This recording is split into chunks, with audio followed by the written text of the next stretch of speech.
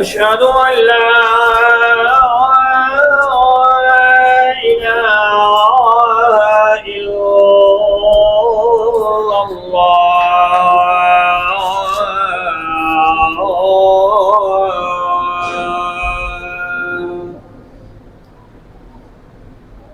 أشهد أن محمدًا رسول الله.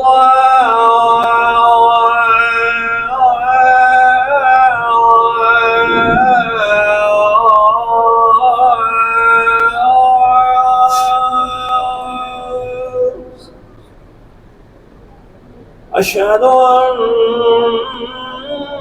محمدًا رسول الله.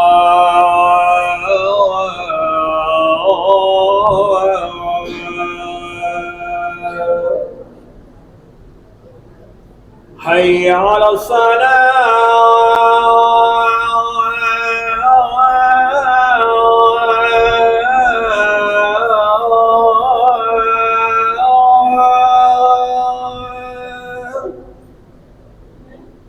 حي على الصلاة.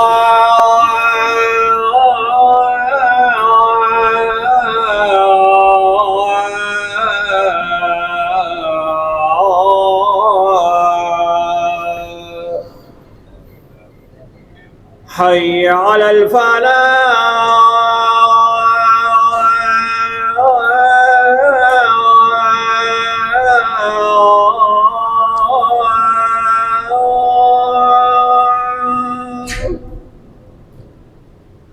حي على الفلاح.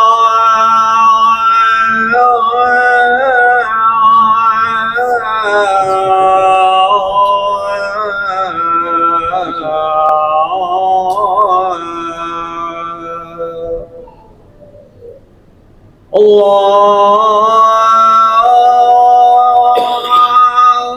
أكبر. الله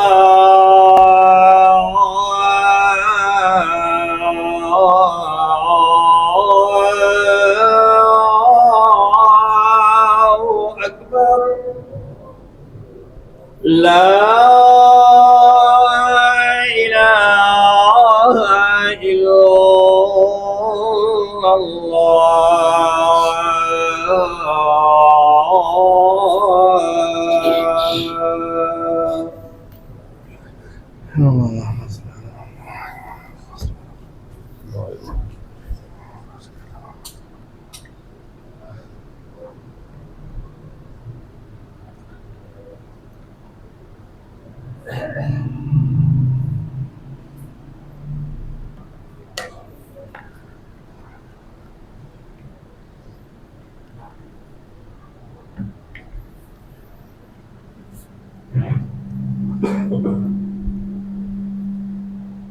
السلام عليكم ورحمة الله وبركاته. إن الحمد لله نحمده ونستعينه ونستغفره ونعوذ بالله من شرور أنفسنا ومن سيئات أعمالنا. من يهده الله فلا مضل له ومن يضلل فلا هادي له. وأشهد أن لا إله إلا الله وحده لا شريك له. وأشهد أن محمدًا عبده ورسوله. اللهم صل على محمد وعلى آل محمد كما صليت على إبراهيم وعلى آل إبراهيم إنك حميد مجيد. اللهم بارك على محمد وعلى آل محمد كما باركت على إبراهيم وعلى آل إبراهيم إنك حميد مجيد.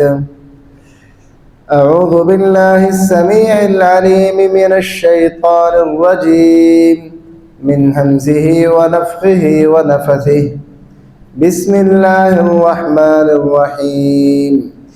يا أيها الناس اتقوا ربكم الذي خلقكم من نفس واحدة وخلق منها زوجها وبث منهما رجالا كثيرا ونساء واتقوا الله الذي تساءلون به والأرحام إن الله كان عليكم رقيبا يا أيها الذين آمنوا اتقوا الله حق تقاته ولا تموتن إلا وأنتم مسلمون يا أيها الذين آمنوا اتقوا الله وقولوا قولا سديدا يصلح لكم أعمالكم ويغفر لكم ذنوبكم ومن يطع الله ورسوله فقد فاز فوزا عظيما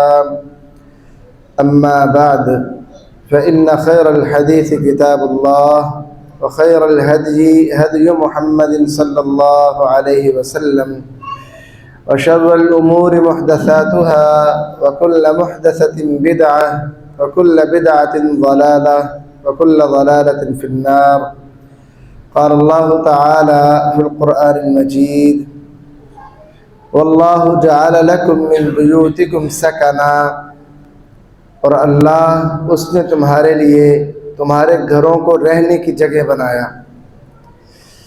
محترم بھائیوں، ہر انسان اس کی یہ خواہش ہوتی ہے کہ اس کا اپنا ذاتی مکان ہو اور وہ اس مکان کو بڑا خوبصورت کر کے بنائے، اس کی ڈیکوریشن کے اعتبار سے اسے مزین کرے۔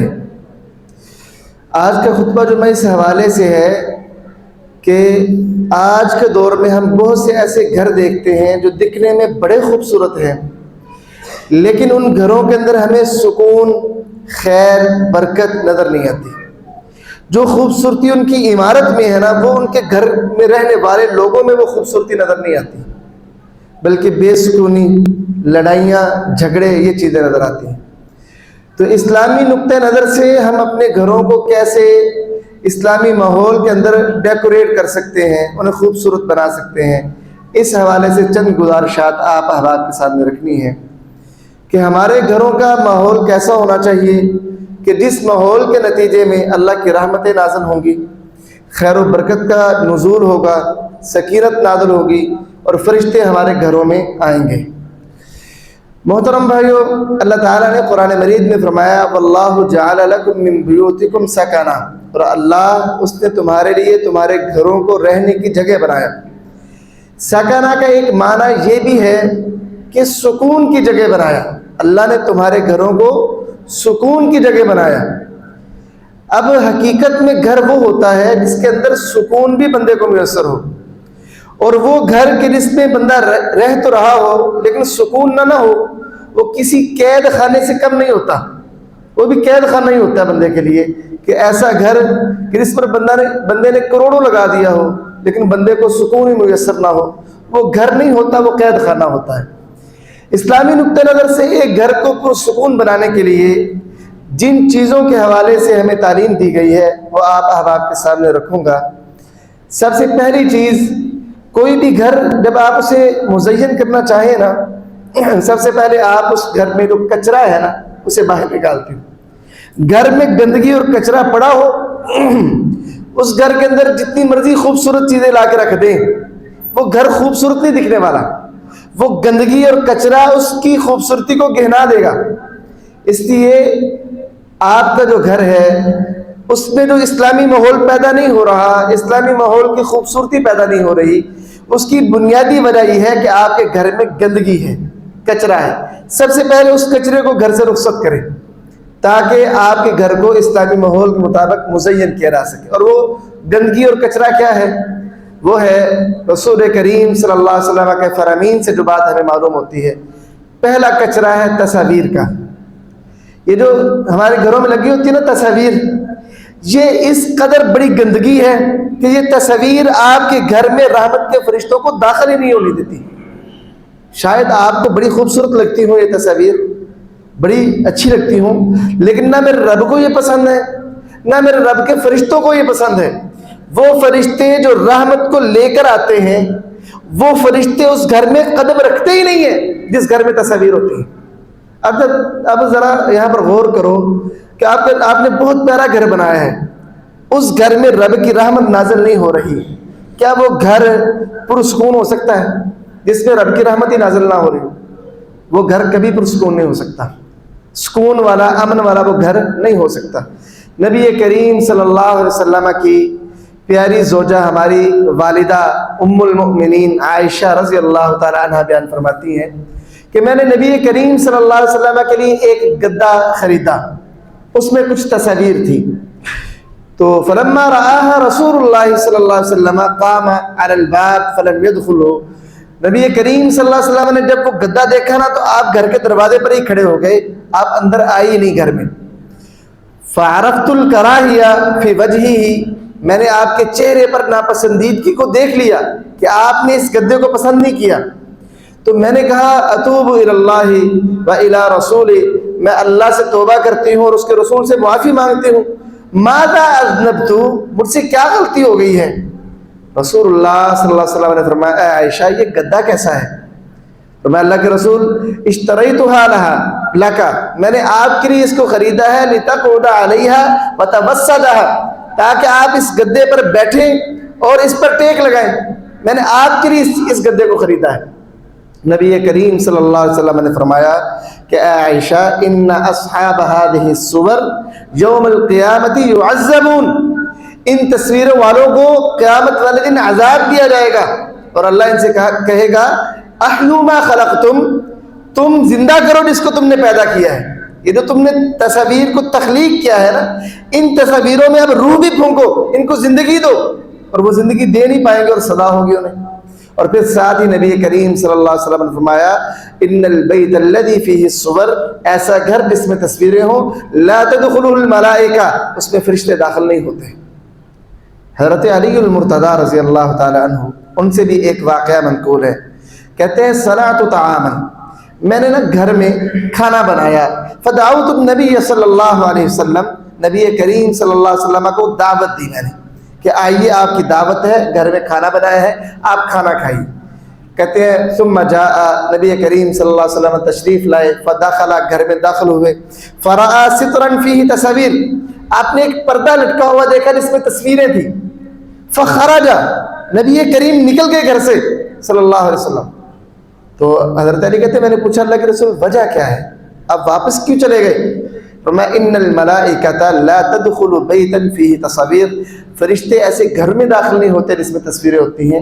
تو میں تو امام الانبیاء ہوں, نبیوں کا سردار ہوں, میرے لائق بھی نہیں کہ میں ایسے گھر میں داخل ہوں جس میں تصویریں ہوں. تو رسول کریم واپس تشریف لے گئے. حضرت علی نے وہ پردہ اتارا تو اللہ کے رسول واپس آئے. یہ ان احادیث سے پہلے اس کا جو سبب ہے تصویر کی حرمت کا, اس حوالے سے ایک بڑی عظیم الشان حدیث ہے سمجھنے کے لیے. حضرت جبریل امین علیہ الصلوۃ والسلام جو فرشتوں کے سردار ہیں, وہ نبی کریم صلی اللہ علیہ وسلم کے پاس آئے اور اجازت مانگی گھر میں داخل ہونے کی.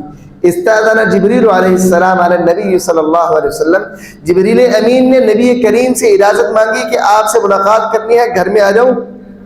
فقال ادخل, نبی کریم نے فرمایا داخل ہو جاؤ, آ جاؤ.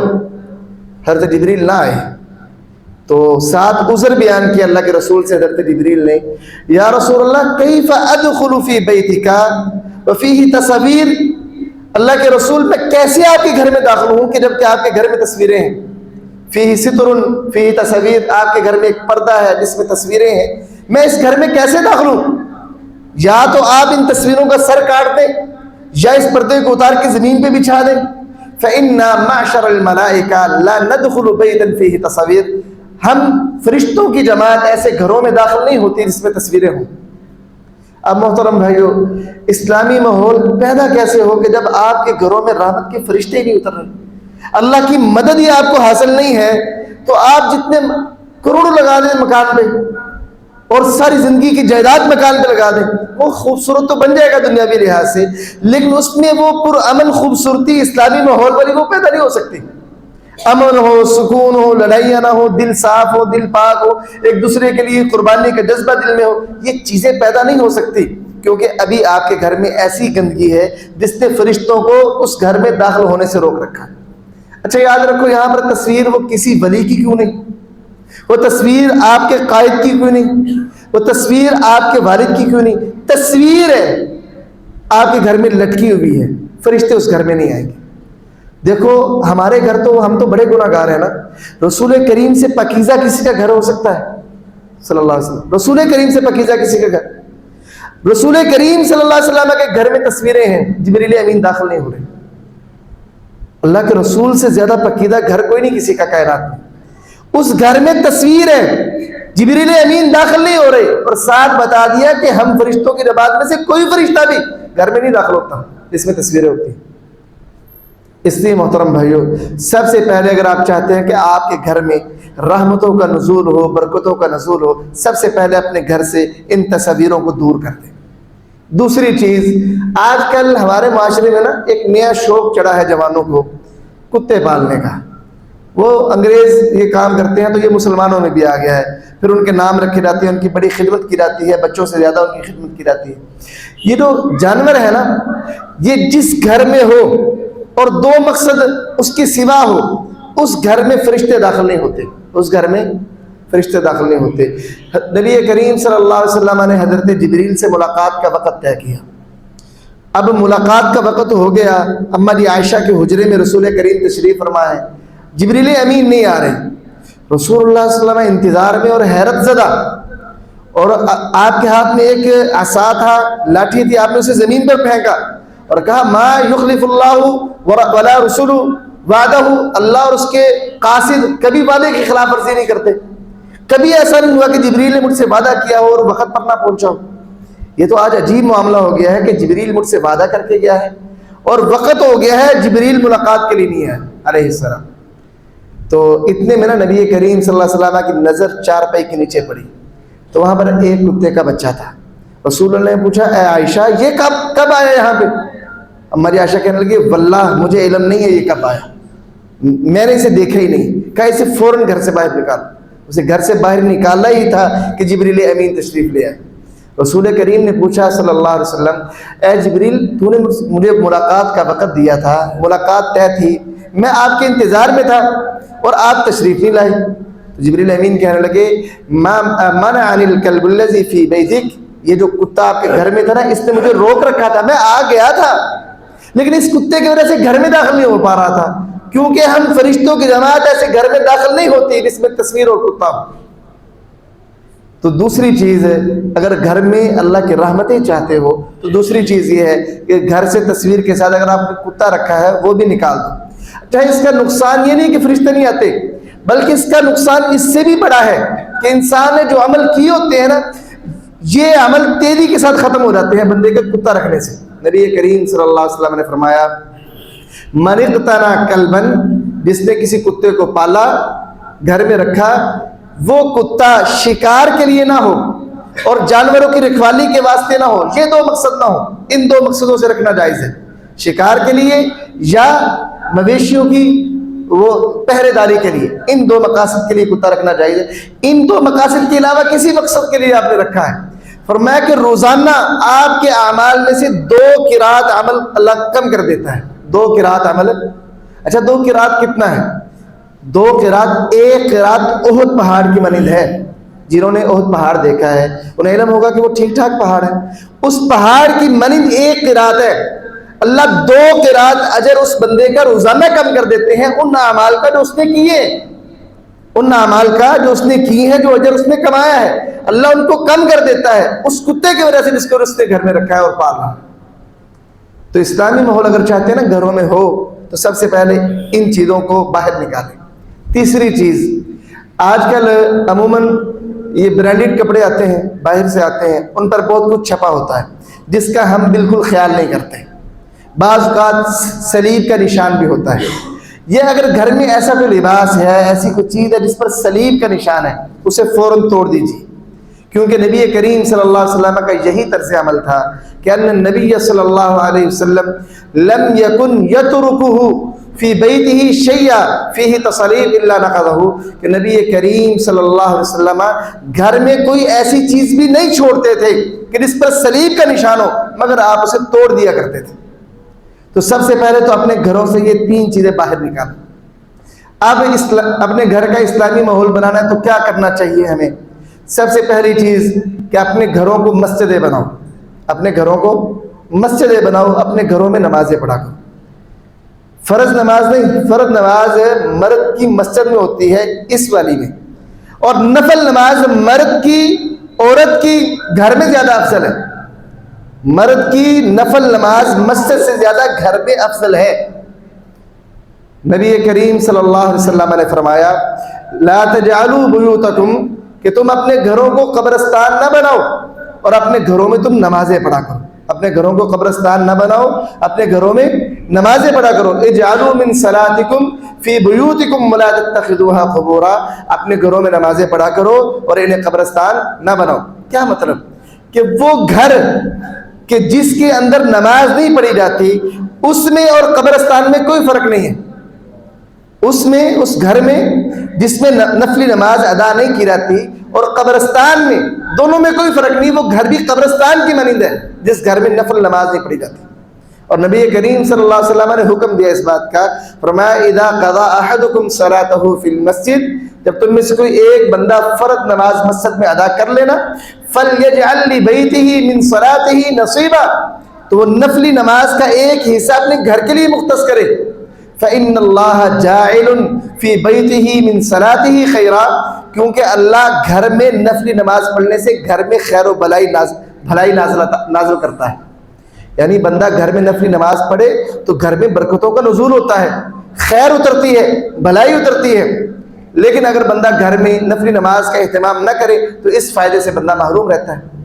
اور اسی طرح یہ حدیث بڑی قابل غور ہے، زید بن ثابت رضی اللہ تعالیٰ عنہ کی حدیث ہے۔ پہلے تو یہ سمجھے کہ مسجد نبوی کے اندر نماز پڑھنا معمولی بات نہیں ہے، ہر بندے کی خواہش ہے میں مسجد نبوی میں جا کر نماز پڑھوں، بہت بڑا عمل ہے، اتنا بڑا عمل ہے کہ نبی کریم صلی اللہ علیہ وسلم نے فرمایا کہ مسجد نبوی میں صلاۃ فی مسجدی ھذا، میری اس مسجد نبوی میں نماز پڑھنا خیر من الف صلاۃ، 1000 نمازوں سے بہتر ہے، فیما سواہ، اور مسجدوں میں نماز پڑھنے سے سوائے مسجد حرام۔ یعنی مسجد نبوی میں ایک نماز پڑھے تو 1000 نمازوں کا ثواب ملتا ہے۔ لیکن یہ نفلی نماز یہ مسجد نبوی سے بھی زیادہ فضیلت والی گھر میں ہے۔ فردی نماز مسجد نبوی میں 1000 نمازوں کے برابر ہے، لیکن نفلی نماز گھر میں مسجد نبوی سے بھی زیادہ فضیلت والی ہے۔ ایک بندہ مسجد نبوی میں نفلی نماز پڑھتا ہے اور ایک بندہ گھر میں نفلی نماز پڑھتا ہے، یہ جس نے گھر میں نفلی نماز پڑھی ہے نا، اس کی نماز اس مسجد نبوی میں نفلی نماز پڑھنے والے سے زیادہ فضیلت والی ہے۔ اب اللہ کے رسول کا یہ فرمان سنیے، نبی کریم صلی اللہ علیہ وسلم نے فرمایا صلاۃ فی مسجدی ھذا افضل صلاۃ فی بیتہ، بندے کی افضل ترین نماز اس کے گھر میں ہوتی ہے، حتیٰ کہ میری مسجد سے بھی زیادہ فضیلت والی، سوائے فرض نمازوں کے، سوائے فرض نمازوں کے بندے کی افضل ترین نماز اس کے گھر میں ہوتی ہے، میری مسجد نبوی سے بھی زیادہ فضیلت والی نماز سوائے فرض کے۔ اب اللہ کے رسول صلی اللہ علیہ وسلم نے اس قدر بڑی بات کیوں کی؟ تاکہ گھر ویران نہ ہو، یہ قبرستان کا منظر نہ پیش کرے، گھر میں بھی عبادت کا ماحول ہو۔ دیکھو مسجد میں عبادت کا ماحول ہوتا ہے نا تو ہم بڑی گناہوں سے بچ جاتے ہیں، بڑی غلطیوں سے بچ جاتے ہیں، یہ مسجد ہمیں روک لیتی ہے گناہوں سے۔ جب گھر میں بھی ایک مسجد ہوگی نا، گھر میں بھی عبادت کا شوق ہوگا اور گھر میں بھی آپ نوافل پڑھیں گے تو عبادت کا ماحول بنے گا، ویسا احترام جیسا مسجد میں ہم کرتے ہیں نا، گناہوں سے بچتے ہیں، گھر میں بھی ہمیں یہی ہماری کوشش ہوگی یار نماز پڑھتے ہیں یہاں پر اس طرح کی بےہودگی نہیں کرنی۔ تو اس لیے محترم بھائیو، اسلامی ماحول کے لیے پہلی چیز ضروری یہ ہے کہ اپنے گھروں میں نمازیں پڑھو، نفلی نمازیں اپنے گھروں میں پڑھو۔ رسول کریم صلی اللہ علیہ وسلم نفلی نماز زیادہ تر اپنے گھر میں ہی پڑھا کرتے تھے۔ فجر کے لیے، عشاء کے لیے جب آپ آتے تو نفلی نماز گھر میں، سنتیں گھر میں ادا کر کے تشریف لایا کرتے تھے، آپ آتے اور مصلی پر چلے جاتے اور نماز شروع کر دیتے، یہ آپ کا معمول تھا، آپ گھر میں نفلی نماز پڑھا کرتے تھے اور یہی افضل ہے۔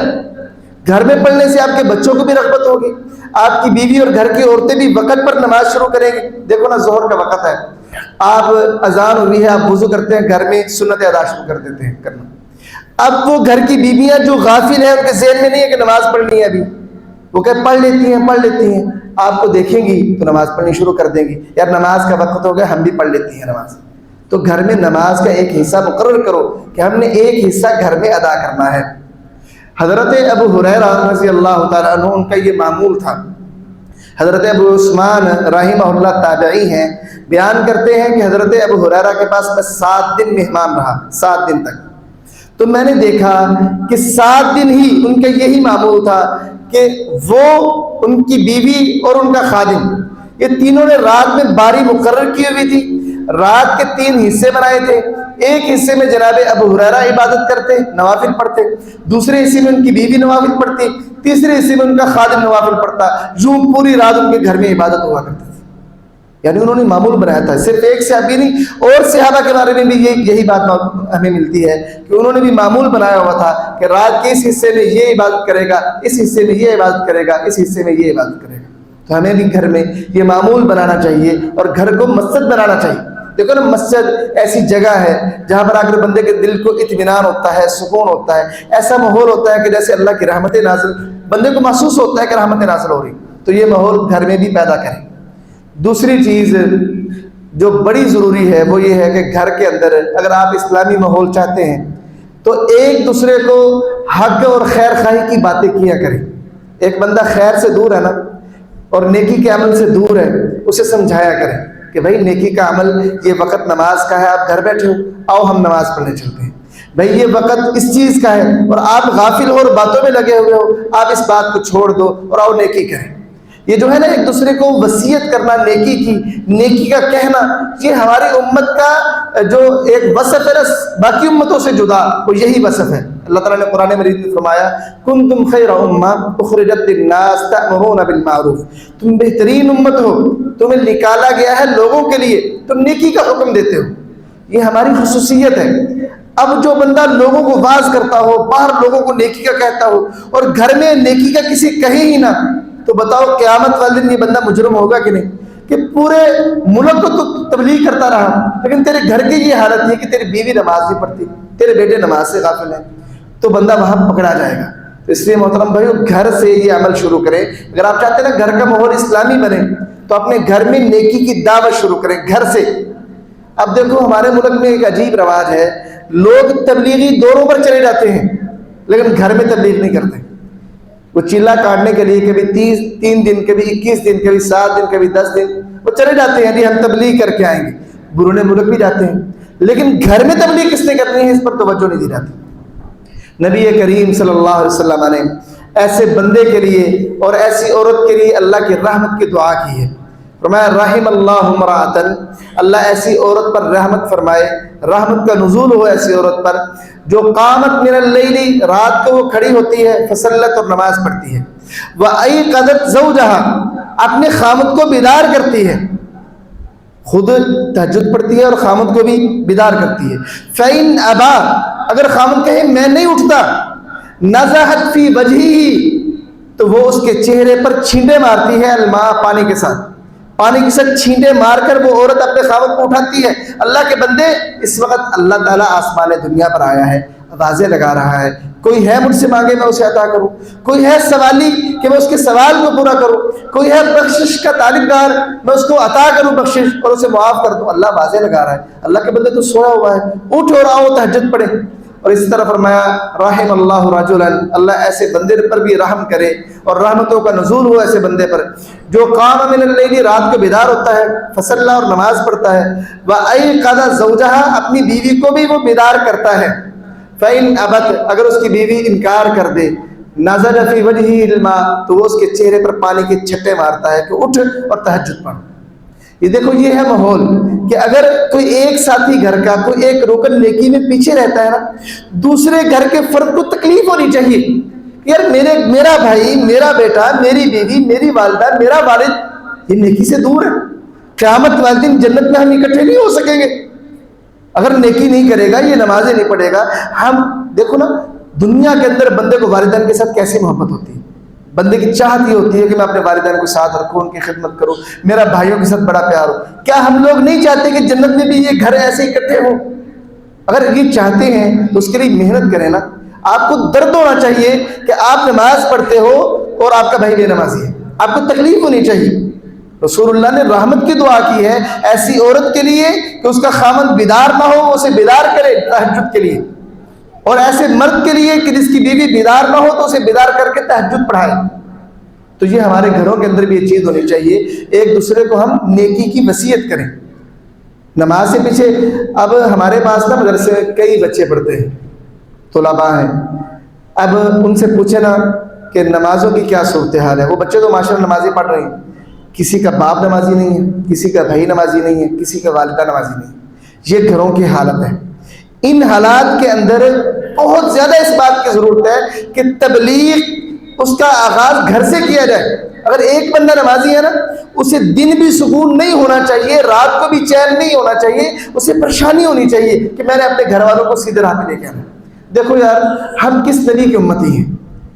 امام الانبیاء جناب محمد الرسول اللہ صلی اللہ علیہ وسلم. ان کی حالت کیا تھی؟ ان کا کنبہ قبیلہ شرک کے اندر غرق تھا, اللہ سے دور تھا. نمازی کیا, وہ مشرک تھے سارے. رسول اللہ صلی اللہ علیہ وسلم اتنے پریشان ہوتے کہ اللہ نے قرآن میں کہا کہ اے نبی آپ ان کے غم میں اپنے آپ کو ہلاک کر لیں گے, آپ کی ذمہ صرف پہنچا دینا ہے. آپ تو اتنا ان کی اتنی ٹینشن لیتے ہیں, آپ تو اپنے آپ کو ہلاک کر لیں گے ان کے غم میں. یعنی یہ ہمارے نبی کی یہ سنت ہے کہ لوگوں کے لیے ٹینشن لی جائے کہ یار وہ نیکی سے دور ہے. یہ ایک مسلمان کے اندر یہ چیز ہونی چاہیے, دوسروں کا درد ہونا چاہیے کہ بھائی یہ اپنے آپ کو جہنم کی طرف لے کے جا رہے ہیں, ہم انہیں جنت کی طرف لے کے جا رہے ہیں. تو سب سے پہلے اپنے گھر سے دعوت کا آغاز کریں, تبلیغ کا آغاز کریں. اور یاد رکھو اللہ تعالیٰ نے قرآن مجید میں یہ بات بڑے واضح طور پر بتا دی ہے کہ سارے انسان گھاٹے میں ہیں. جو بندے گھاٹے پر نہیں ہے نا وہ لوگ ہیں بالعصر ان الانسان لفی خسر, زمانے کی قسم ہے یقیناً انسان گھاٹے میں ہے.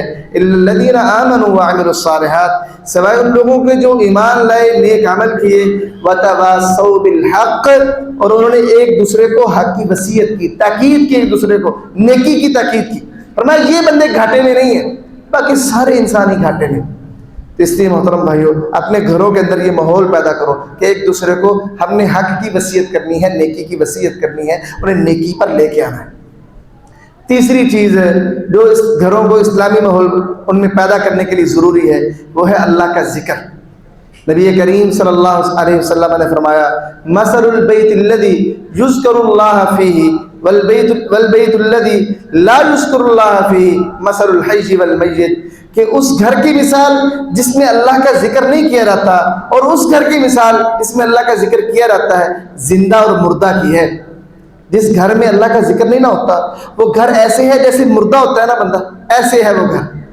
اور جس گھر کے اندر اللہ کا ذکر ہوتا ہے نا وہ زندہ کی مانند ہے, اس میں زندگی ہے, اصل زندگی اس گھر میں ہے. کہتے ہیں یار یہ گھر والے بڑے زندہ دل ہیں. اللہ کے رسول کے ہاں وہ گھر والے زندہ دل ہیں جو گھر میں اللہ کا ذکر کرتے ہیں. تو اپنے گھروں کے اندر اللہ کے ذکر کی عادت بنائیں. دیکھو ہر بندہ یہ کوشش کرتا ہے کہ جنت میں میرا گھر بنے. اب دیکھو جنت میں جو گھر بنے گا نا اس گھر کے اندر جو شجر کاری ہوگی وہ ذکر کے ساتھ ہے. یہ حدیث آپ نے متعدد دفعہ سنی. نبی کریم صلی اللہ علیہ وسلم نے فرمایا لقیت ابراہیم لیلۃ اسری بی, کہ معراج کی رات میں جناب ابراہیم سے ملا تو انہوں نے مجھ سے کہا اقری امتک منی السلام, میری طرف سے اپنی امت کو سلام کہیے گا اور انہیں کہیے گا کہ ان الجنت طیبۃ التربہ, بے شک جنت کی مٹی بڑی پاکیزہ ہے, عذبۃ الماء, پانی بڑا میٹھا ہے, وانھا قیعان, جنت کی جو مٹی ہے وہ چٹیل میدان ہے, وان غراسها, اور اس کی جو کھیتی باڑی ہے نا شجر کاری ہے وہ کیا ہے الحمدللہ وسبحان اللہ ولا الہ الا اللہ واللہ اکبر. یعنی جو بندہ الحمدللہ کہتا ہے, سبحان اللہ کہتا ہے, لا الہ الا اللہ کہتا ہے, اللہ اکبر کہتا ہے, جنت میں اس کے درخت لگتے ہیں. یہ ہے جنت کے گھر کی شجر کاری. اب دیکھو اس دنیا کے اندر جو ہمارے گھر ہے نا ان کے اندر بھی یہ ذکر بنیادی حیثیت رکھتا ہے. اگر ذکر ہونا تو جس طرح ایک درخت ہرا بھرا ہوتا ہے نا وہ گھر بھی ہرا بھرا رہتا ہے. اور جس گھر میں ذکر نہ ہو اس گھر کے لوگوں کے دل مرجھائے ہوتے ہیں. ہر بندہ, بیٹا باپ سے آواز آ رہا ہے, بھائی بھائی سے آواز آ رہا ہے, بہن ماں سے آواز آ رہا ہے, پورے گھر میں عجیب سی پریشانی ہوتی ہے جس گھر میں ذکر نہ ہو. کیونکہ اللہ حکم الحاکمین نے بڑے واضح الفاظ میں قرآن مجید میں یہ بات بتا دی کہ الا بذکر اللہ تطمئن القلوب, کہ یہ جو اطمینان ہے نا, دلی سکون ہے, اس کا ذکر کے ساتھ تعلق ہے. آپ کے گھر میں پریشانی ہے نا, ہر وقت ٹینشن رہتی ہے, تو اپنے گھر میں ذکر شروع کر دیں. ذکر شروع کر دیں اور آپ دیکھیں گے کہ وہ پریشانیاں آپ سے چھٹتی چلی جائیں گی، دور ہوتی چلی جائیں گی، کیونکہ ذکر پریشانیوں کا علاج ہے، اور اس علاج کو خود حکیم اللہ نے قرآن میں نازل کیا ہے، اور اللہ سے بڑھ کر کوئی حکیم نہیں ہے، وہ حکیم اور دانا ذات ہے، اس نے پریشانی کا علاج ہی ذکر رکھا ہے۔ آج کل ہر بندہ پریشانی کا رونا روتا ہے، کوئی اپنی بیوی کے حوالے سے پریشان ہے، کوئی بیٹوں کے حوالے سے پریشان ہے، تو محترم بھائیو اس کا بہترین علاج کیا ہے؟ گھروں میں ذکر شروع کر دیں، اپنی بیوی کو اس بات پر آمادہ کرو، بھائی صبح شام کے اذکار کرنے ہیں، نمازوں کے بعد اذکار کرنے ہیں، آپ خود پابند ہو جاؤ، بیٹوں کو ساتھ بٹھایا کرو کہ بھائی اذکار کرو۔ آج ہماری صورتحال پتہ کیا ہے؟ آج صورتحال یہ ہے، آپ سب ذرا غور کیجئے گا، میں بھی کرتا ہوں غور اپنے آپ پہ، کہ کتنے لوگ ہیں جو ایک ہفتہ یہ جو سابقہ گزرا ہے انہوں نے صبح شام کے اذکار کیے، نمازوں کے بعد میں صبح شام کے اذکار جس نے کیے ہیں مکمل، ہم میں سے کتنے لوگ ہیں؟ میرا خیال ہے گنتی کے شاید ہوں، اور شاید انہوں نے بھی مکمل نہ کی ہوں، گنتی کے شاید ہوں اور وہ بھی نامکمل ہوں۔ آج ہماری یہ صورتحال، جبکہ وہ اذکار اس قدر اہم ہیں کہ ایک بڑی فوج وہ جو سامان حرب لے کے آپ کے دفاع کے لیے کھڑی ہے نا، ایک انسان کا اس سے بہتر دفاع وہ اذکار کرتے ہیں، ایک فوج بڑی فوج سے بہتر دفاع انسان کا وہ اذکار کرتے ہیں جو اسلام نے ہمیں صبح و شام کے لیے بتایا۔ لیکن افسوس یہ ہے کہ آج ہمارے نوجوان کو تو ان کا اذکاروں کا پتہ نہیں ہے، بزرگوں کو پتہ ہے، اور ہماری کوشش یہ ہونی چاہیے کہ سبھی کو اذکار پہ لے کے آئے، اور گھر میں ایک ذکر و اذکار والا ماحول ہونا چاہیے۔ اس کے بعد محترم بھائیو، گھر میں ایک یہ چیز بھی ہونی چاہیے، گھر کے اندر قرآن کی تلاوت بہت ضروری ہے، بہت ضروری ہے گھر میں قرآن کی تلاوت۔ حضرت ابو ہریرہ رضی اللہ تعالیٰ عنہ کی یہ حدیث سنیے، فرمایا نبی کریم صلی اللہ علیہ وسلم نے حدیث انہوں نے ڈائریکٹ بیان کی ہے، ایسی حدیث جو صحابی بیان کرے اور اس میں اللہ کے رسول کا نام نہ لے، وہ باتیں ایسی ہوں جو بندہ خود نہیں کہہ سکتا، وہ حدیث بھی رسول اللہ کی ہوتی ہے۔ حضرت ابو ہریرہ رضی اللہ تعالیٰ عنہ کی حدیث سنن دارمی کے اندر موجود ہے صحیح سند کے ساتھ، فرمایا کہ ان البیت لیتسع علی اہلہ، بے شک گھر کشادہ ہو جاتے ہیں ان کے رہنے والوں پر، جگہ تنگ ہو لیکن گھر تنگی کے باوجود کشادہ ہو جاتے ہیں، وتحضرہ الملائکہ، اور فرشتے وہاں حاضر ہوتے ہیں، وتہجرہ الشیاطین، اور شیاطین وہاں سے بھاگ جاتے ہیں، اور ویکثر خیرہ، اور اس گھر میں کے اندر خیر و برکت بہت زیادہ ہو جاتی ہے۔ کس گھر میں؟ یقرأ فیہ القرآن، جس گھر میں قرآن پڑھا جاتا ہے، جس گھر میں قرآن کی تلاوت ہوتی ہے نا، اس گھر کے اندر کیا ہوتے ہیں؟ وہ گھر تنگی کے باوجود وسیع ہو جاتا ہے، کشادہ ہو جاتا ہے، فرشتے اس گھر میں حاضر ہوتے ہیں، فرشتوں کا نزول ہوتا ہے وہاں پر، اللہ کی مدد آتی ہے، اور اس کے بعد شیطان وہاں سے اپنا ڈیرا اٹھا کے چل بھاگتا ہے، پھر وہاں شیطان کا بسیرا نہیں ہوتا۔ اور ایسا گھر وَإِنَّ الْبَيْتَ لَيَضِيقُ عَلَىٰ أَهْلِهِ، اور بے شک گھر اپنے رہنے والوں پر باوجود وسعت کے تنگ ہو جاتا ہے۔ وَتَهْجُرُهُ الْمَلَائِكَةُ، فرشتے اس گھر کو چھوڑ دیتے ہیں، وَتَهْجُرُهُ الشَّيَاطِينُ، شیاطین اس گھر میں بسیرا کر لیتے ہیں، وَيَقِلُّ خَيْرُهُ، اس گھر میں خیر و برکت کم ہو جاتی ہے۔ اللہ یقرأ فیہ القرآن، جس گھر میں قرآن کی تلاوت نہ ہو۔ آج نا لوگ بڑے دمشم کرواتے ہیں، یار ہمارے گھر میں شیطانی اثرات ہیں، شیطانی اثرات ہیں ہمارے گھر، وہ کیوں ہیں؟ شیطان کا گھر آپ نے خود بنایا ہے، اسے قرآن کی تلاوت کو آپ نے چھوڑا ہے۔ اگر قرآن کی تلاوت کرتے شیطان کو وہ رہائش کا موقع ملنے نہیں تھا اس گھر میں، آپ نے خود اس گھر کے اندر شیطان کو رہائش فراہم کی ہے خود۔ اگر آپ قرآن کی تلاوت کریں شیطان کو موقع نہیں ملنا، کیونکہ حدیث رسول ہے کہ جس گھر کے اندر قرآن کی تلاوت ہو اس گھر کے اندر فرشتے حاضر ہوتے ہیں، وہ گھر کشادہ ہو جاتا ہے، اور شیطان اس گھر سے بھاگ جاتا ہے، اور خیر و برکت اس میں نازل ہوتی ہے۔ اور پھر دوسری حدیث حضرت عبداللہ رضی اللہ تعالیٰ عنہ کی، فرمایا کہ ایسا ان ھذا القرآن مأدبۃ اللہ، بے شک یہ قرآن اللہ کی دعوت ہے، اللہ نے دعوت کی ہے تمہاری اس قرآن کے ذریعے سے، فاتخذوا ما استطعتم منہ، تو تم اس قرآن سے جتنی طاقت رکھتے ہو نا اتنی دعوت میں سے اپنا حصہ لے لو۔ اور ساتھ ہی فرمایا انی لا اعلم شیئا اسفر من خیر من بیت، فرمایا کہ میں کوئی ایسی چیز نہیں جانتا کہ جو اس قدر خیر و بھلائی سے خالی ہو، جس قدر وہ گھر خیر و بھلائی سے خالی ہوتا ہے جس میں قرآن نہیں ہوتا، جس میں قرآن کی تلاوت نہیں ہوتی، اس سے بڑھ کر کوئی چیز خیر و بھلائی سے خالی نہیں ہوتی۔ وہ گھر سب سے بڑھ کر خیر و بھلائی سے خالی گھر ہے جس کے اندر قرآن کی تلاوت نہیں ہوتی۔ آپ محترم بھائیو، اگر آپ قرآن کی تلاوت کرتے ہو، ایک تو فرشتے آئیں گے، خیر و برکت کا نزول ہوگا، ساتھ ہی جو شیطانی معاملات ہیں یہ بھی ختم ہو جائیں گے۔ دیکھو جب قرآن پڑھنے سے شیطان کو رہائش جگہ ہی میسر نہیں آئے گی تو وہ اپنی کارروائیاں بھی جاری نہیں رکھ سکے گا۔ نبی کریم صلی اللہ علیہ وسلم نے فرمایا کہ ان اللہ کتب کتابا، بے شک اللہ نے ایک کتاب لکھی، قبل ان یخلق السماوات والارض بألف عام، مخلوق کے پیدا کرنے سے 2000 سال پہلے اللہ نے ایک کتاب لکھی، مخلوق کے پیدا کرنے سے 2000 سال پہلے، انزل منہ آیتین ختم بہما سورۃ البقرہ، اس کتاب میں سے اللہ نے 2 آیتیں اس قرآن میں اتاری ہیں اور ان 2 آیتوں کے ساتھ سورۃ البقرہ کا اختتام کیا ہے اللہ تعالیٰ نے۔ فرمایا لا یقول فی دار ثلاث لیال فیقربها شیطان، ایسا نہیں ہو سکتا کہ کسی گھر میں وہ 2 آیتیں پڑھی جائیں مسلسل 3 دن 3 راتیں اور شیطان اس گھر کے قریب بھی آ جائے، ایسا ممکن نہیں ہے۔ جو بندہ اپنے گھر کے اندر وہ 2 آیتیں مسلسل 3 دن پڑھ لے، شیطان اس گھر کے قریب نہیں آتا۔ رحمان کے فرشتے آئیں گے، رحمتیں لے کے آئیں گے، رب کی مدد لے کے آئیں گے، خیر و بھلائی لے کے آئیں گے، لیکن شیطان کو اس گھر میں جگہ نہیں ملے گی، شیطان اس گھر میں برائی کے کام نہیں کروا پائے گا آپ سے۔ تو محترم بھائی 2 آیتیں کو زیادہ ہے، کم از کم ان 2 آیتوں کی تو تلاوت کیا کرے نا، آمن الرسول سے اور لا یکلف اللہ نفسا الا وسعها، یہ 2 آیتیں ہیں، اور کتنی بڑی بات کی ہے رسول اللہ صلی اللہ علیہ وسلم۔ پھر اسی طرح آپ نے فرمایا کہ ہر چیز کی ایک چھوٹی کوہان ہوتی ہے اور قرآن کی چھوٹی سورۃ البقرہ ہے، اور جس گھر میں شیطان سورۃ البقرہ سن لینا وہ اس گھر سے بھاگ جاتا ہے، اس گھر میں رہتا نہیں ہے۔ پھر آپ نے فرمایا لا تجعلوا بیوتکم مقابر، اپنے گھروں کو قبرستان نہ بناؤ، ان الشیطان ینفر من البیت الذی یقرأ فیہ سورۃ البقرہ، شیطان اس گھر سے بھاگ جاتا ہے جس میں سورۃ البقرہ کی تلاوت کی جاتی ہے۔ تو محترم بھائیو یہ ہے اس سے اگلی چیز، ذکر و اذکار کے بعد اپنے گھر میں قرآن کی تلاوت کا اہتمام کیا کرو۔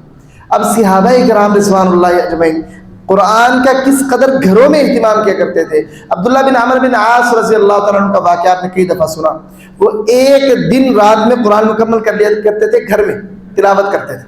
حضرت حزیر رضی اللہ تعالیٰ عنہ، اسید بن حزیر رضی اللہ تعالیٰ عنہ، یہ اپنے گھر کے اندر قرآن پڑھا کرتے تھے، اور ایک وقت ایسا آیا کہ قرآن پڑھ رہے ہیں، سورۃ الکہف کی تلاوت کر رہے ہیں، انہوں نے صاحبان دیکھا اوپر۔ یہ بیان کر رہا ہوں کہ گھر میں قرآن کی تلاوت کرے نا تو فرشتے پھر کیسے اللہ کی مدد اور رحمتیں لے کر اترتے ہیں۔ انہوں نے صاحبان دیکھا، وہ کیسے دیکھا کہ ان کا گھوڑا تھا وہ ہلنے لگا تو ان کا بچہ یا سویا ہوا تھا، یہ ڈرے کہ بچہ گھوڑا کہیں بچے کو کچل نہ دے، تو انہوں نے اوپر کو دیکھا نا تو وہ ایک صاحبان تھا، انہیں نظر آیا، اس میں روشنیاں تھیں، تو یہ خاموش ہو گئے، صاحبان اوپر جانے لگا، انہوں نے پھر تلاوت شروع کی، گھوڑا پھر ہلنے لگا، یہ ڈرے، انہوں نے تلاوت پھر بند کر دی، وہ صاحبان اوپر چلا گئے۔ صبح ہوئی تو یہ حضرت اسید بن حضیر رسول اللہ کی خدمت میں صلی اللہ علیہ وسلم، کہنے لگے اللہ کے رسول رات اس طرح معاملہ ہوا، گھر میں تھا، میں تلاوت کر رہا تھا، ایک صاحبان ایسے نیچے آئے، تو میں اے حزیر کے بیٹے وہ فرشتے تھے تیری تلاوت سننے کے لیے آئے تھے، اگر تو پڑھتا رہتا وہ ایسے ہی رہتے اور لوگ صبح ان فرشتوں کو دیکھ لیتے۔ یہ جو رب کی رحمت ہے نا، رب کی رحمت کے فرشتے، اس کی مدد کے فرشتے، یہ قرآن کی پڑھنے سے آتے ہیں۔ اب ذرا دیکھو آپ سب جائزہ لیں کہ ہمارے گھر میں آج ہم نے گھر میں بیٹھ کے کتنا قرآن پڑھا ہے، ہماری جو بیویاں ہیں انہوں نے گھر میں کتنا قرآن پڑھا، ہماری بیٹیوں نے گھر میں کتنا قرآن پڑھا، ہمارے بیٹوں نے گھر میں کتنا قرآن پڑھا، جائزہ لیں۔ ہم مسلمان ہیں نا، یہ آخری کتاب ہے نا، اس کتاب پر ہماری جان پہ قربان ہے، ہمارا اس سے تعلق کتنا ہے؟ صحابہ کا تو بڑا تعلق تھا نا، وہ تو گھر میں پورا قرآن پڑھ جایا کرتے تھے، اللہ کے رسول کو روکنا پڑتا کہ 7 دنوں میں قرآن پڑھنا ہے، روکنا پڑتا۔ ہمارا تعلق کیسا ہے؟ ہمارے گھروں کے اندر اللہ کی قسم ایسے گھر بھی ہیں کہ کئی ماہ گزر جاتے ہیں اور ان گھروں کے اندر کانوں نے قرآن کی تلاوت نہیں سنی ہوتی، کئی ماہ گزر جاتے ہیں۔ آج ہمارے معاشرے میں ایسے گھر ہیں، اور دیکھ لو جا کے ان کو، وہ روتے رہیں گے، یار مسائل بہت ہیں۔ اور پھر ایسے لوگ جن کے گھروں میں قرآن کی تلاوت نہیں ہوتی نا، یاد رکھو لڑائیاں جھگڑے ان گھروں میں ہوتے ہیں۔ وجہ کیا ہے؟ قرآن کی تلاوت نہیں ہوگی، وہاں شیطان بسیرا کرے گا۔ شیطان کا مشن کیا ہے؟ شیطان کا مشن کیا ہے؟ میاں بیوی کو لڑانا، ان کی لڑائی کروانا۔ اب جس گھر میں خاوند اور بیوی قرآن مجید کی تلاوت کرتے ہوں گے نا، بہت کم ان کی لڑائی ہوگی آپس میں، بہت کم، کہیں ہو بھی سکتی ہے لیکن بہت کم۔ جس گھر میں قرآن کی تلاوت نہیں ہے نا، اس گھر میں میاں بیوی کے جھگڑے عام ہوں گے۔ کیوں؟ اس کی وجہ یہ ہے کہ نبی کریم صلی اللہ علیہ وسلم نے فرمایا بے شک ابلیس اس کا عرش پانی پر ہے، وہ لوگوں کو اپنے کرندوں کو بھیجتا ہے لوگوں کو گمراہ کرنے کے لیے۔ وہ جاتے ہیں، جب واپس آتے ہیں تو ایک کہتا ہے میں نے یہ کر دیا، میں نے یہ کر دیا، شیطان کہتا ہے تو نے کچھ بھی نہیں کیا۔ دوسرا کہتا ہے میں اس بندے کے ساتھ لگا رہا یہاں تک کہ میں نے اس کے اور اس کی بیوی کے درمیان جھگڑا کروا دیا۔ شیطان کہتا ہے نعم انت، تو نے کام کیا ہے اچھا کام، اسے بلاتا ہے گلے لگاتا ہے، یعنی شیطان کا بنیادی مقصد کیا ہے؟ میاں بیوی کا جھگڑا کرانا۔ اب دیکھو جب آپ اس کے لیے گھر کے دروازے کھلے چھوڑ دو گے، گھر میں رحمتوں کے فرشتوں کا آنا نہیں ہے، آنا جانا نہیں ہے، شیطان کے لیے جگہ فراہم کر دی، آپ ذکر نہیں کرتے، قرآن نہیں پڑھتے، تو شیطان کے لیے تو گھر آپ کا اوپن ہے نا، وہ آئے گا جیسے چاہے گا، اپنی من مرضی کرے گا، لڑائی کروائے گا آپ کے، اور گھر کے اندر بدمزگی رہے۔ صبح جاؤ گے تو آوازار، شام جاؤ گے تو آوازار، اور پھر یہی باتیں ہوں گی کہ یار تو میری جان چھاڑ ہی دے، اور وہ کیا کہے گی؟ میں خلا لے لیتی ہوں، میرا تیرے ساتھ گزر بسر نہیں ہونا۔ وجہ کیا ہے؟ شیطان کو کاروائی کا موقع ملا ہوا ہے۔ شیطان نہیں چاہتا کہ لوگوں کے نکاح برقرار رہیں، شیطان نہیں چاہتا۔ شیطان کے جو بنیادی مقاصد اسلام نے بیان کیے ہیں نا، ان میں سے ایک مقصد میاں بیوی کا جھگڑا کرانا ہے۔ شیطان کا بہت بڑا مقصد یہ ہے۔ تو شیطان اس کے اندر آج کل دیکھو اپنے کام کے اندر وہ لگا ہوا ہے اور کامیاب بھی جا رہا ہے۔ ہم ناکام کیوں ہیں؟ ہمارے رشتے مضبوط کیوں نہیں ہیں؟ کیونکہ ہم نے اپنے رب سے تعلق مضبوط نہیں رکھا۔ جب ہمارے رب سے تعلق کمزور ہوا ہے نا، تو پھر ہمارے رشتوں کے تعلق بھی کمزور ہوتے گئے۔ آپ ضرورت اس بات کی ہے گھروں کے اندر اذکار کا اہتمام کریں، اس کے بعد آپ قرآن مجید کی تلاوت کا اہتمام کریں۔ جب یہ کام کریں گے تو شیطان کو آپ کے گھر میں دخل اندازی کا موقع نہیں ملے گا۔ آپ نے یہ بات دیکھی ہوگی اور شاید آپ اس کو عجیب سمجھیں، آپ کا بیٹا ہے، آپ معمولی سی بات کر رہے ہیں، ویسے ہی اسے کوئی بات پوچھتے ہیں، وہ اچانک بھڑک اٹھتا ہے، اچانک غصے میں آ جاتا ہے، آپ پریشان ہو جاتے ہیں، یار میں نے کہا کیا ہے اسے، یہ اچانک غصے میں آ گیا۔ اور بھائی یہ شیطان کی کارستانی ہے، شیطان اسے غصہ دلا رہا ہے۔ معمولی سی بات ہوتی ہے، آج کا نوجوان بھڑک اٹھتا ہے، والد پریشان ہوتا ہے کہ میں نے کہا ہی کچھ نہیں ہے اسے، میں تو بس سادہ انداز میں بات ہی کر رہا تھا، تو اسے ہو کیا گیا ہے؟ بھائی شیطان کو موقع دیا ہوا ہے، شیطان اسے غصہ دلا رہا ہے۔ رسول اللہ صلی اللہ علیہ وسلم نے فرمایا بندے کے خون کے اندر شیطان اس طرح گردش کرتا ہے، جسم میں اس طرح گردش کرتا ہے جس طرح خون کرتا ہے۔ جب شیطان آپ کے اوپر حاوی ہو چکا ہے تو آپ کے بیٹے آپ پر بھڑکیں گے، وہ نافرمانی پر آئیں گے۔ جب گھر میں قرآن کی تلاوت ہوگی، بچے قرآن سنیں گے، قرآن کے اندر اللہ کا یہ حکم پڑھیں گے، وَلَا تَقُلْ لَهُمَا اُفٍّ، والدین کے سامنے اف بھی نہیں کہنا، تو پھر شیطان کو موقع نہیں مل سکے گا۔ اس لیے محترم بھائیو قرآن مجید کا اہتمام کریں، اور اس کے بعد گھر کے اندر ایک اور چیز کا بھی اہتمام کریں، وہ ہے سلام۔ السلام علیکم ورحمۃ اللہ وبرکاتہ۔ اس چیز کا گھر میں بہت زیادہ اہتمام کرنا چاہیے۔ فرمایا اللہ کے الحاکمین میں فَإِذَا دَخَلْتُمْ بُيُوتًا فَسَلِّمُوا، جب تم گھروں میں داخل ہو تو سلام کہو۔ یہ اللہ نے حکم دیا ہے کہ جب گھر میں داخل ہونا ہے تو سلام کہنا ہے۔ یہ بہت بڑا وظیفہ ہے سلام کا، گھر میں سکون اور امن کو برقرار رکھنے کے لیے بہت بڑا یہ وظیفہ ہے۔ اور دیکھو نبی کریم صلی اللہ علیہ وسلم نے اس وظیفے کو کیسے بیان فرمایا، اس انداز کو دیکھیے گا۔ فرمایا کہ لا تدخلوا الجنہ، تم جنت میں داخل نہیں ہو سکتے، حتیٰ تؤمنوا، یہاں تک کہ تم ایمان لے آؤ، ولا تؤمنوا حتیٰ تحابوا، تم ایمان والے نہیں بن سکتے جب تک کہ تم آپس میں محبت کرنے نہیں لگ جاتے۔ اولا ادلکم علی شیء اذا فعلتموه تحاببتم، کہ ایسی چیز نہ بتاؤں جب تم یہ کرو تو تم آپس میں محبت کرنے لگ جاؤ گے۔ افشوا السلام بینکم، آپس میں سلام کو آؤ۔ اب دیکھو جنت کے داخلے کو مشروط کیا ایمان کے ساتھ، ایمان کو مشروط کیا محبت کے ساتھ، محبت کو مشروط کیا سلام کے ساتھ۔ اگر آپ چاہتے ہیں کہ آپ کے گھر میں محبت پیدا ہو تو اس کے لیے کیا کرنا پڑے گا؟ سلام۔ گھر میں آئے السلام علیکم، ابا جی السلام علیکم ورحمۃ اللہ، اماں جی السلام علیکم، بھائی بیٹھا ہے بھائی جان السلام علیکم، بہنا السلام علیکم ورحمۃ اللہ۔ یہ کیا پیغام ہے کہ بہنا تم پر سلامتی نازل ہو، اللہ کی رحمت نازل ہو، اس کی برکتیں نازل ہو، تو محفوظ ہے مجھ سے، تیری عزت، تیری جان، تیری مال، ہر چیز محفوظ ہے تیری۔ یہ پیغام اپنے گھر میں ہر ایک کو، یہ جو ہیلو والا یہ عجیب ہی چکر ہے، یہ اسلامی نہیں ہے۔ اسلام کیا کہتا ہے؟ السلام علیکم ورحمۃ اللہ۔ حضرت انس سے اللہ کے رسول نے کہا یا بنی، اے بیٹے، اذا دخلتم، جب تم گھر میں داخل ہونا، فسلموا علی اہلی، اپنے گھر والوں کو سلام کہو، یکون برکۃ علیک وعلی اہلک، یہ سلام کہنا آپ پر اور آپ کے گھر والوں پر برکت کا ذریعہ بنے گا، اس کے ذریعے سے برکت نازل ہوگی۔ تو اس سلام کو عام کرو۔ جب ہر طرف سے سلامتی کی صدائیں آئیں گی نا، ہر طرف سے، تو گھر سلامتی والا بن جائے گا۔ نبی کریم صلی اللہ علیہ وسلم نے جو پہلا فرمان مدینے میں تھا نا، وہ یہ تھا ایھا الناس افشوا السلام۔ مدینے میں آپ گئے تو آپ نے سب سے پہلی بات یہ کہی، لوگوں سلام کو عام کرو، سلام کو۔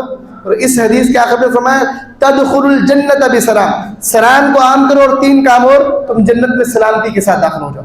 یعنی یہ جنت میں بھی گھر میں بھی سلامتی، جہاں بھی آپ کو مطلوب ہے نا وہاں پر سلام ہوگا تو سلامتی ہوگی۔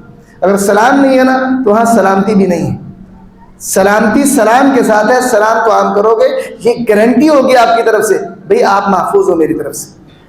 آپ کے گھر والے آپ کو سلام کریں گے یہ محفوظ ہو. اور یاد رکھو یہ چیز ہم نے آزمائی ہے اپنے گھروں میں. بڑی لڑائی بھی ہو جائے نا بندہ جا کے والدین سے سلام لے کے حال چال پوچھ لینا, والدین نرم ہو جاتے ہیں, ان کے دل میں ایک پیار محبت دوبارہ امڑ آتا ہے.